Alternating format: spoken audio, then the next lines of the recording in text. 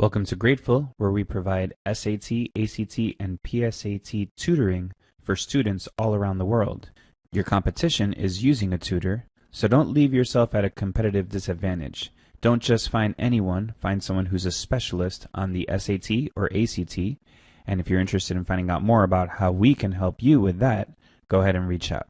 Right now we're looking at the March 2021 Section 2 Writing and Language, and let's go ahead and get started. Question number 1 comes down to two issues. It comes down to the idea of singular versus plural, and also the idea of tense, past, present, and future. So dealing with the issue of singular and plural, we need to know what is the thing that is doing the illuminating right here. So just reading the sentence at a nice fast speed so we can make the connections we want to make. Interestingly, a 2017 study led by this person suggests that artificial lighting, the modern convenience that illuminates many streets, storefronts, and athletic fields, may be contributing to the decline. So what is contributing to the decline? Artificial lighting. And so lighting is a single thing. Perhaps you could have different lightings in some situation. So we know it's singular, and we can go to the side and say one thing illuminates and multiple things illuminate. So far it's looking like it should be that, which is A, but the other aspect of it is tense. And what tense are we dealing with here? These insects are essential to the process.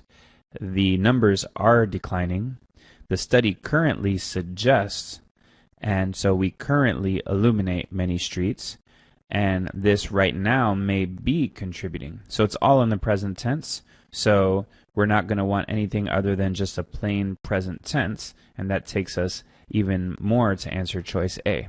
Now, when would we have wanted to use the words have, has, and had? We have two special rules for that. First, if you have two events that happen at different moments in the past, then the older one gets the word had. So for instance, I was upset that I hit my head because I had reminded myself to bend down.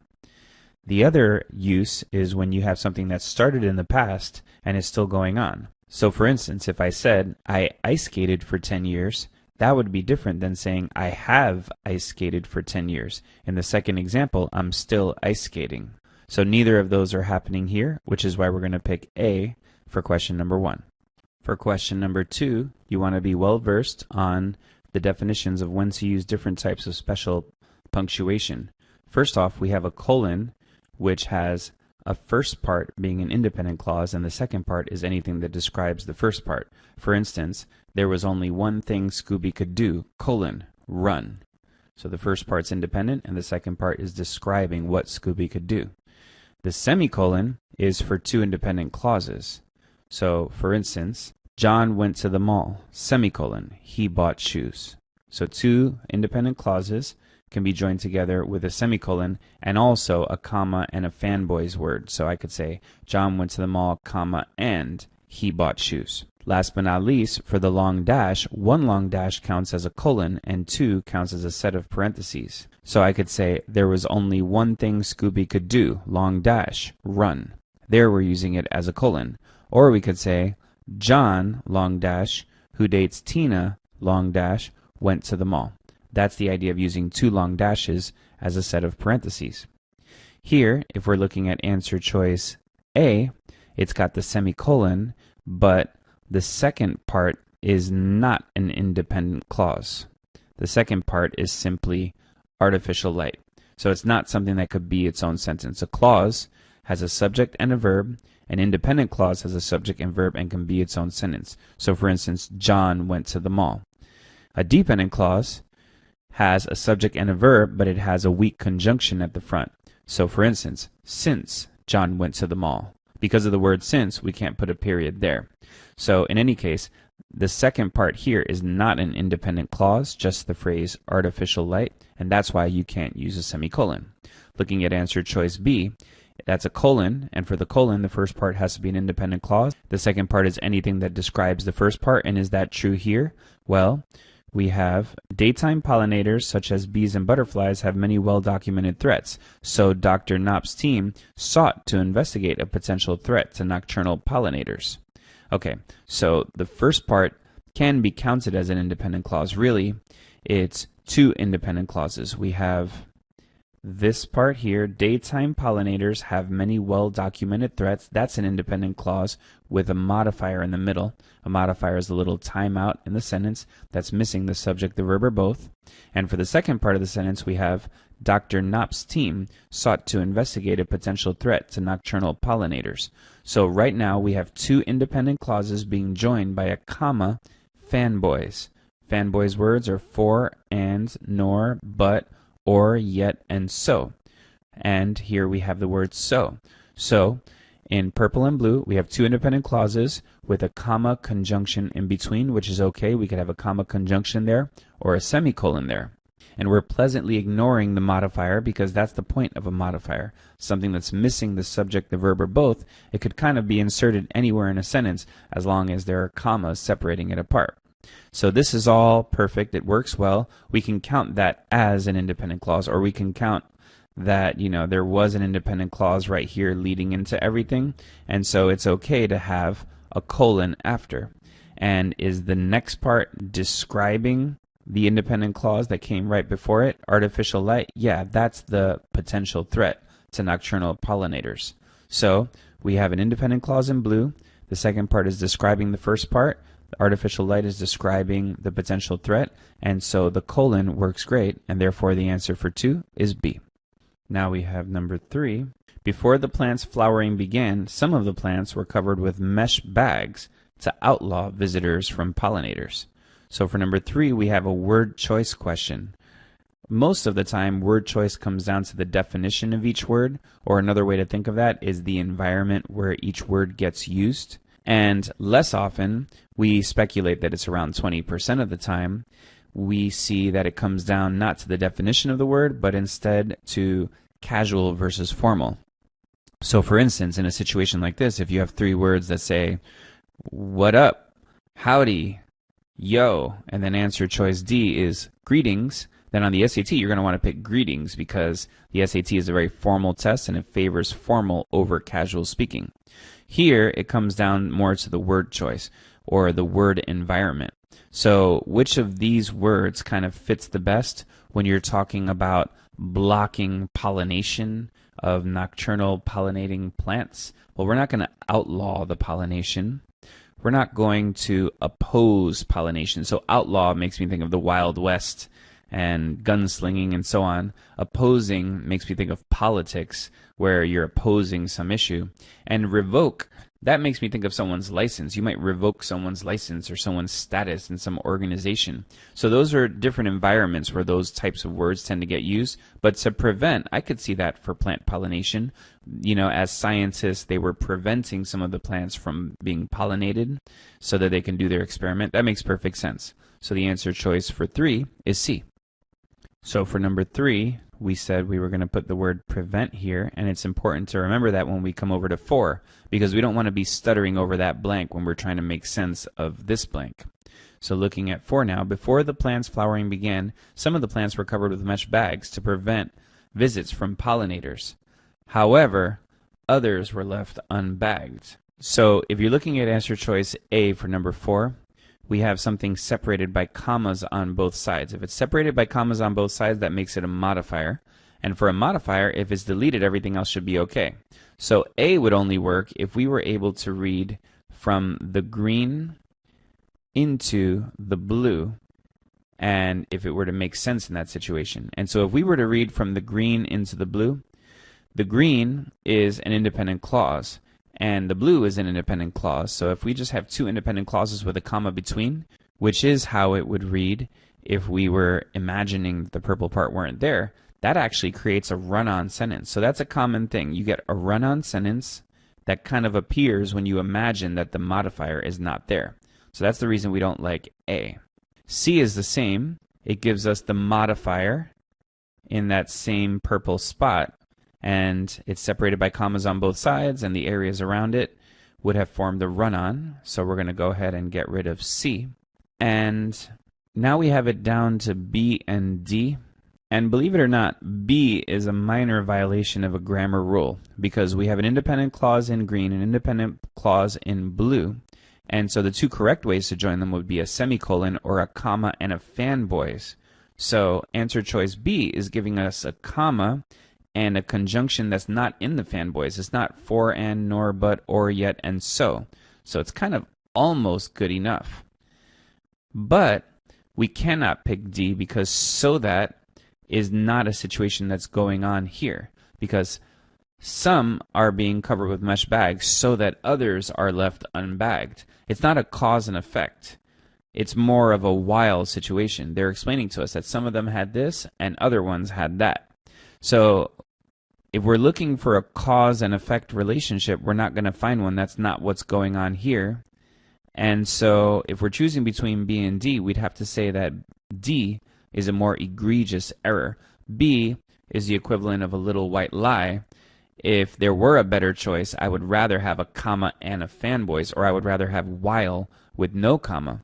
Because if you have an independent clause followed by a dependent clause, you should have no comma. But it's the lesser of the evils, and we're going to pick B for number 4. Going over to question number 5 now. Question 5 is sentence location. And for sentence location, you want to look within and imagine. So what we want to do is we want to look within this sentence right here, the sentence in question, and we want to spend some time analyzing that and imagining what must come before and after it before we look through the paragraph. And when we look through and imagine, what we want to look through for is relational words. For instance, if we just saw a random sentence that said, however, his brother was taller, then in that situation we would know that the sentence before it probably said he was not so tall, which would be logically followed by, however, his brother was taller. So looking at this sentence, half the plants in each category were illuminated during the nighttime hours. So what we're getting here is a description of the experiment. I might imagine off the top of my head that a sentence after that might say something like, the other half of the plants were done a certain way. Looking at this paragraph, that ends up being wrong. And if you answer in your own words and imagine what's going to come before or after, you can be a little off, but you're still approaching the paragraph and the question from a position of strength. So this paragraph is talking about an experiment that was being done. In the beginning, we're seeing an explanation of some of the science behind it, about the different threats, and the biggest threat is artificial light. And then we're seeing the gathering of a sample that's going to be used to do an experiment.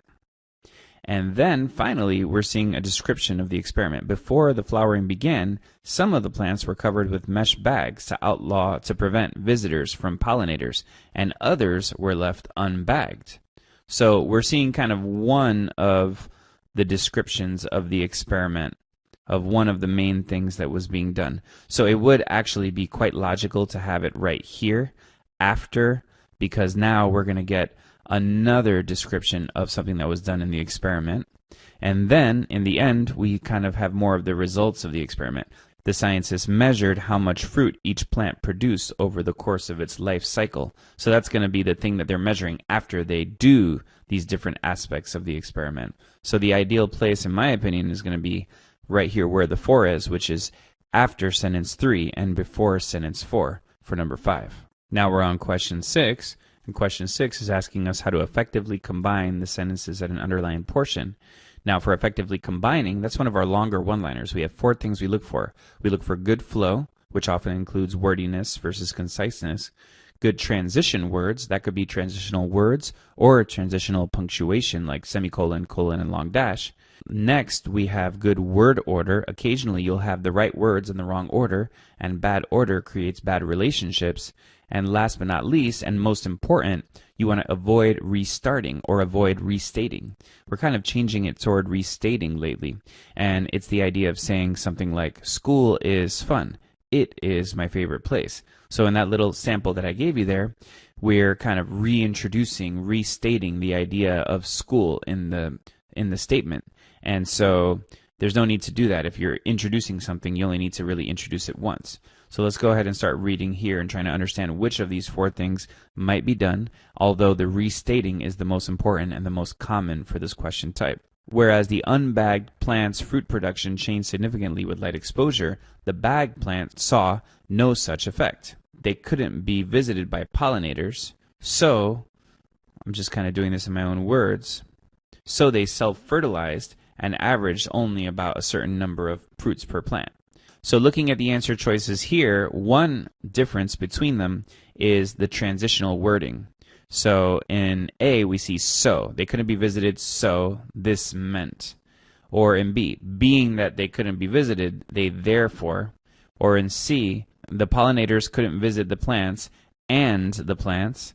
And D, because they couldn't be visited, the plants. So which relationship are we looking for? That's more of a cause and effect. So far, this is seeming to come down a little bit to the transition words, the second thing we mentioned in our 4 rules for effectively combining. And we like the so, because that's a cause and effect, and we like because that's cause and effect. Maybe I would have liked therefore, but being that and therefore don't go together. Being that this was the case, therefore that was the case, that wouldn't make any sense. And we're not liking and here, because and is for adding something.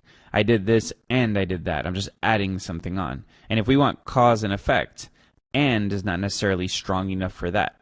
So now in choosing between answer choices A and D, we're seeing differences in wordiness versus conciseness. In A, the bagged plants couldn't be visited by pollinators, so the lack of pollinators meant, so that's kind of a little bit of wordiness, and it's a little bit of the restating, which is the 4th of our 4 rules for wordiness and conciseness. So this is just wordy.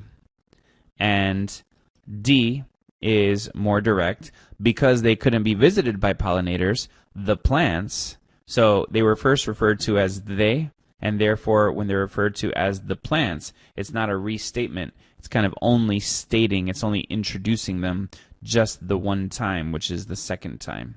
So D is the most direct and to the point, and that's our answer for number 6. Going over to number 7 now.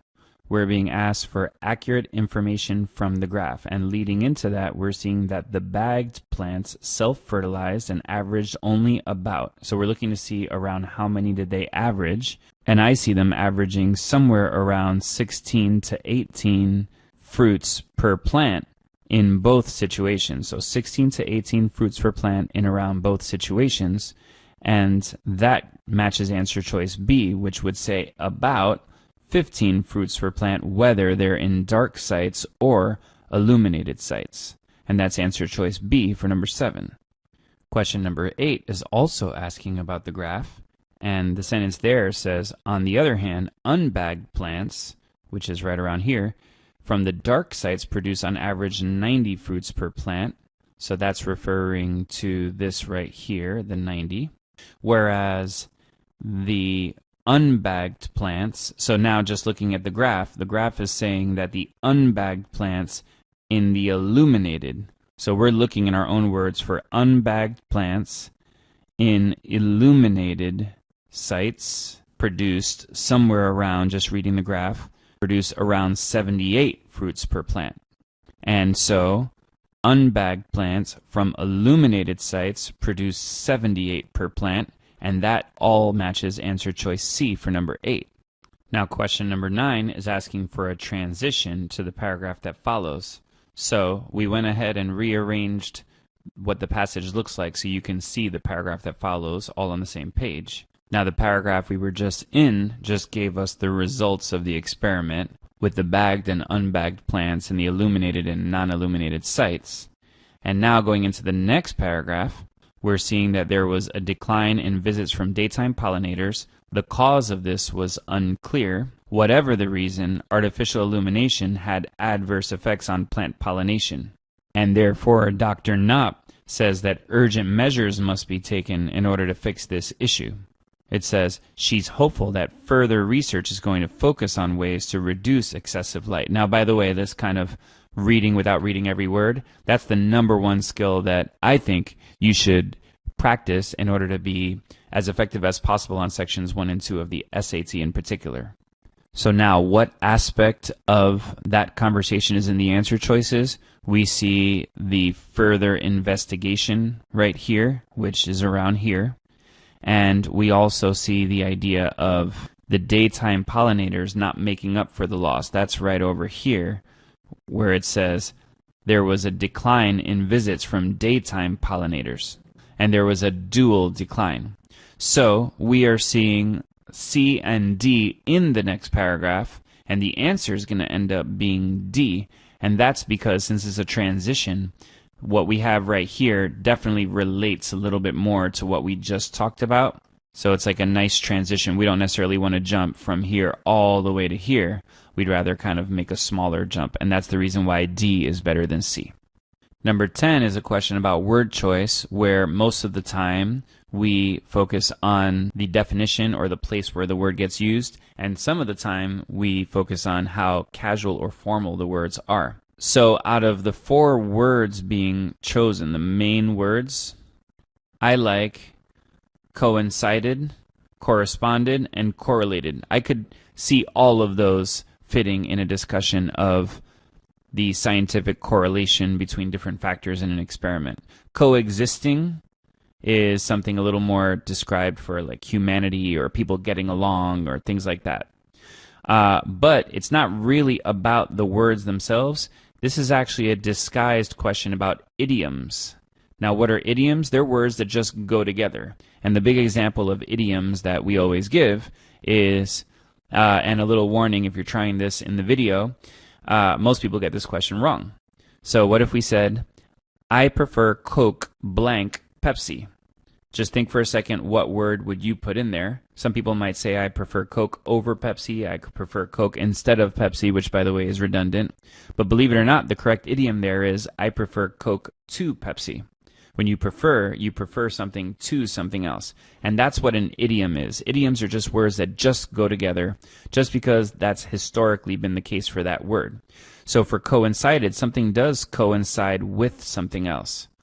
But something corresponds to something else, and something correlates with something else. So, as you can see, A has the correct idiom for the word that's being given, but C and D have wrong idioms. So the answer for number 10 is A. So number 11 is another word choice question, but it's one of these questions where they're subtly mixing in just the wrong word with the wrong spelling. So if we're talking about presents, those are like gifts, like let's say Christmas gifts or birthday gifts, whereas the presence of something is whether that thing is actually present or not, whether it's there or not. So we're not talking about gifts, so that gets rid of answer choices A and B. And then we're down to, once again, idioms. So what's the correct idiom for having the presence? We need the presence of something. So just reading it in place, it sounds right. Whatever the reason, artificial illumination clearly has adverse effects on plant pollination, and increasing the presence of artificial lighting may pose a major problem for biodiversity. So the answer for 11 is C.